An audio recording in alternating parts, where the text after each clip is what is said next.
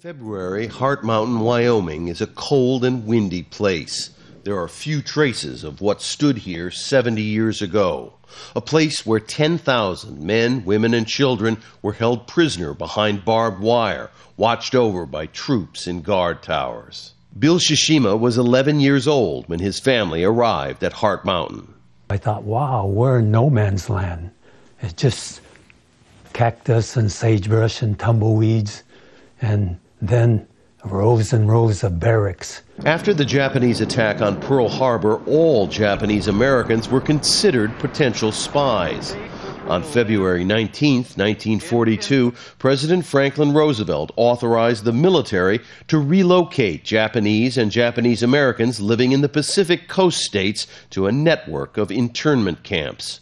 120,000, most of them U.S. citizens, were rounded up.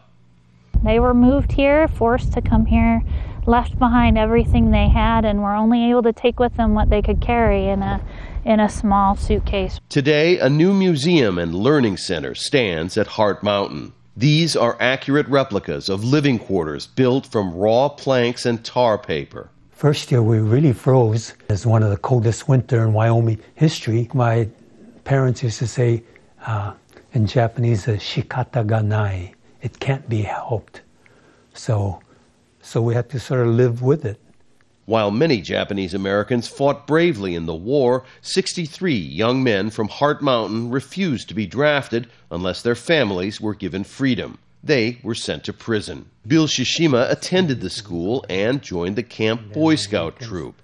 He recalls a scouting trip to a nearby town. And I noticed then the signs in the shops, no Japs here or no Japs allowed.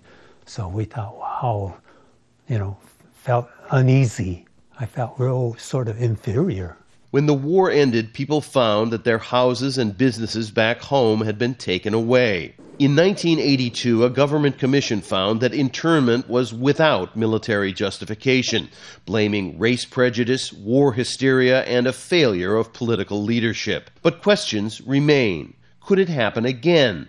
Could other minorities be singled out in a time of crisis? Steve Legere is director of the Heart Mountain Museum.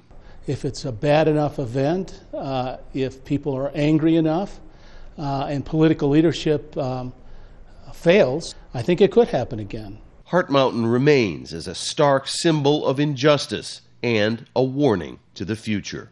Rob Reynolds, Al Jazeera, Heart Mountain, Wyoming.